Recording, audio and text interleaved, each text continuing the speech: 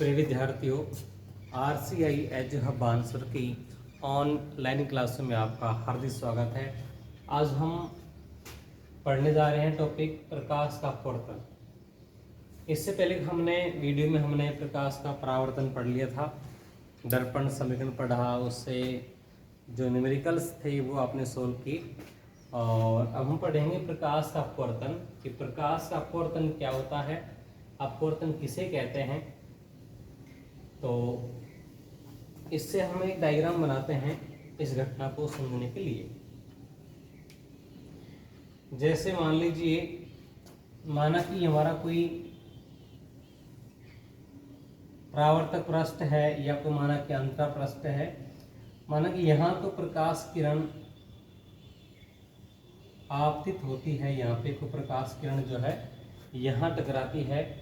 माना इसका कुछ भाग यहाँ से टकरा करके और इस माध्यम में चला जाता है। टकराने के पश्चात हम यहाँ पे कोई लंब डाल देते हैं इन दोनों के बीच में, और माना इसका कुछ भाग दूसरे माध्यम में इस प्रकार चला जाता है।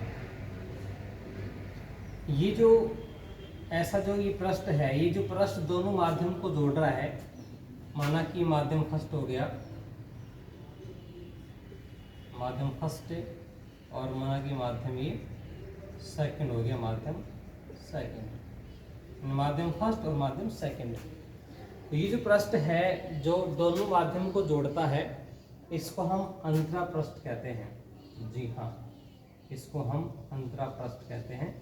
इसको अंतरा पृष्ठ के नाम से जाना जाता है। देखो, अंतरा मीन्स क्या हुआ, अंतर, यानी दो पृष्ठों का अंतर, क्योंकि ये ऐसा पृष्ठ है जो दोनों माध्यम को जोड़ता है, फर्स्ट माध्यम और सेकंड माध्यम।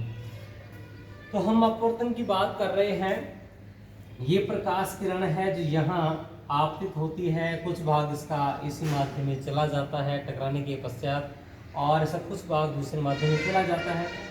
यहाँ जो कोण आई होगा इसे आपतन कोण कहते हैं। यहाँ जो कोण बनेगा उसको हम आर के नाम से, यानी परावर्तन कोण हो जाएगा।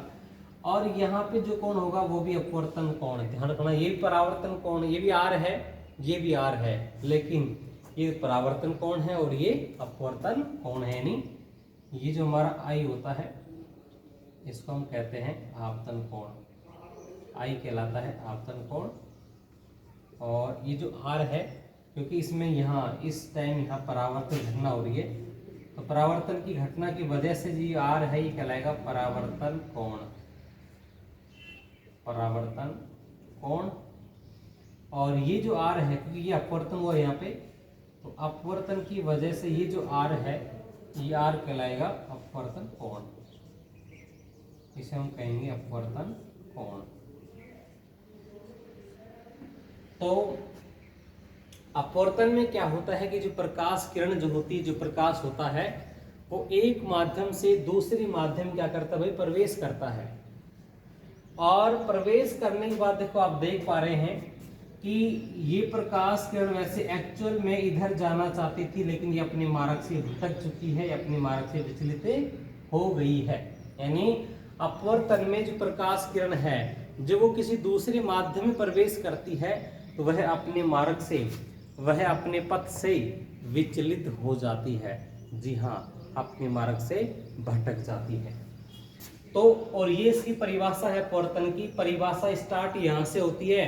वो कैसे कि जब प्रकाश किरण या प्रकाश एक माध्यम से दूसरे माध्यम में प्रवेश करता है, तो अंतरा पृष्ठ पर, जी हाँ ये अंतरा पृष्ठ है, तो अंतरा पृष्ठ पर प्रकाश का कुछ भाग परावर्तित होकर दूसरे माध्यम में चला जाता है, लेकिन कुछ भाग उसी माध्यम में चला जाता है, लेकिन कुछ भाग दूसरे माध्यम में चला जाता है, और वह अपने मार्ग से विचलित हो जाता है। इस घटना को ही प्रकाश का अपवर्तन कहते हैं। ये घटना ही प्रकाश का अपवर्तन कहलाती है। तो ये इसकी परिभाषा है। रिपीट कर रहा हूं मैं कि जब प्रकाश किरण या प्रकाश किसी एक माध्यम से दूसरे माध्यम में प्रवेश करता है, तो अंतरा पृष्ठ पर प्रकाश का कुछ भाग टकरा कर परावर्तित हो जाता है या वापस लौट जाता है, लेकिन कुछ भाग दूसरे माध्यम में प्रवेश कर जाता है, वह अपने मार्ग से विचलित हो जाता है। इस घटना को प्रकाश का अपवर्तन कहते हैं। यानी शॉर्ट भी कह सकते हैं कि प्रकाश किरण का या प्रकाश का अपने मार्ग से, अपने रास्ते से, अपने पथ से भटक जाना, विचलित हो जाना ही प्रकाश का अपवर्तन कहलाता है। ये इसकी परिभाषा है प्रकाश के अपवर्तन की। ठीक है, देखो चित्र में आप देख पा रहे हैं, ये कोई प्रकाश किरण है, इसको हम कहते हैं, इसे हम कहते हैं आपतित किरण। ये जो किरण है कहलाती है, यानी ये कहलाती है आपतित किरण, और इसका परावर्तन हुआ है ये कहलाती है परावर्तित किरण, और जिसका अपवर्तन हुआ है ये कहलाती है अपवर्तित किरण। इसमें क्या है कि तीन प्रकार की किरण यहाँ पे हैं, यानी ये तो होगी आपतित किरण, इसे हम कहेंगे आपतित किरण। और चूंकि इसमें कुछ भाग का परावर्तन हुआ है ये कहलाएगी परावर्तित किरण, इसको कहेंगे परावर्तित किरण। और जिसका अपवर्तन हुआ है ये जो किरण है ये कहलाएगी अपवर्तित किरण, इसे कहेंगे अपवर्तित किरण।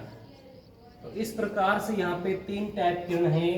आपतित किरण जो यहाँ पे आपतित होती है, जिसका परावर्तन होता है वो कहलाती है परावर्तित किरण, और जिसका अपवर्तन हुआ है वो कहलाती है अपवर्तित किरण। ठीक है, तो यहाँ चित्र में हम ये लिख सकते हैं प्रकाश का परावर्तन तथा अपवर्तन, क्योंकि यहाँ दोनों घटनाएं एक साथ हो रही हैं। यहाँ परावर्तन भी हो रहा है और यहाँ पर अपवर्तन भी हो रहा है, दोनों घटना एक साथ हो रही है। तो हम लिख सकते हैं कि प्रकाश का परावर्तन तथा प्रकाश का अपवर्तन। तो ये था प्रकाश का परावर्तन में बेसिक जानकारी इसकी। इसके बाद में कुछ नियम भी आते हैं, जैसे परावर्तन के अपन जानते हैं दो नियम होते हैं प्रकाश के परावर्तन के। कौन कौन से? सिंपल सी बात इसमें होती है भाई, फर्स्ट नियम क्या होता है कि आपतन कोण का जो मान है वो परावर्तन कोण के बराबर होता है। और नियम सेकंड क्या होता है कि भाई आपतित किरण, परावर्तित किरण और अभिलंब तीनों एक ही तल में स्थित होते हैं। सेम उसी प्रकार से यहाँ भी अपवर्तन कुछ नियम है। तो यहाँ फर्स्ट नियम ये, इसमें भी जो पहला जो नियम है, यहाँ भी तो दो नियम है।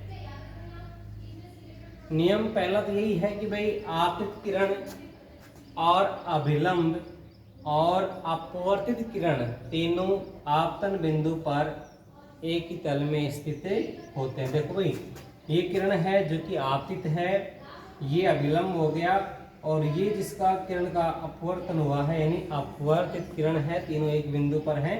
ये इसका पहला नियम है। नियम पहला क्या है इसका कि आपतित किरण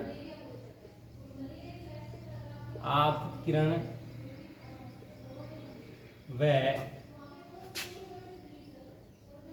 अभिलंब तथा परावर्तित किरण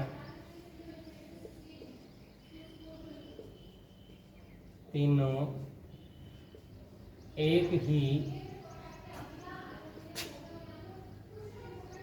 बिंदु पर, सर यहाँ पे अपवर्त आएगा यानी अपवर्तित किरण आएगा। क्या पे अपवर्तन हुआ इसलिए अपवर्तित किरण, अपवर्तित किरण यानी आपतित किरण, अभिलंब तथा अपवर्तित किरण तीनों एक ही बिंदु पर स्थित होते हैं। इसका पहला नियम है। नियम दूसरा ये है कि भाई आपतन कोण की ज्या होती है, आपतन कोण की ज्या, तो ज्या का मतलब है साइन से। आपतन कोण की ज्या मीन्स साइन आई, और परावर्तन कोण की जो ज्या है साइन आर, इनका जो अनुपात है वो नियत होता है या स्थिरांक, यानी स्थिरांक के बराबर होता है। इसका दूसरा नियम है कि आपतन कोण की ज्या मतलब साइन आई, और अपवर्तन कोण की ज्या मीन साइन आर का जो मान है वो नियत होता है, नियतांक होता है। यहाँ नियत की जगह जैसे sine i upon sine r बराबर, हम यहाँ पे n/1 भी लेते हैं। n/1 यहाँ पे क्या है, ये दोनों माध्यम का पूर्णांक है। जैसे माना कि फर्स्ट माध्यम है, माना हम इसका पूर्णांक n1 मान लें, और ये दूसरा माध्यम है, इसका पूर्णांक क्या मान लें, n2 मान लें।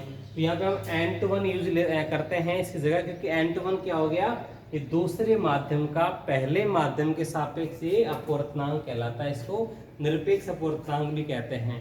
तो इसको स्नेल का नियम भी कहते हैं, यानी अपवर्तन का जो दूसरा नियम है sine i upon sine r, मतलब आपतन कोण की जा और अपवर्तन कोण की जा का अनुपात नियत रहता है, स्थिरांक रहता है। इसको हम स्नेल का नियम भी कहते हैं, और ये नियतांक n/1 के बराबर होता है, जहाँ n/1 क्या है, ये दूसरे माध्यम का पहले के सापेक्ष अपूर्णांक कहलाता है। तो इस वीडियो में इतना ही, और आगे हम नेक्स्ट वीडियो में अध्ययन करेंगे। Thank you.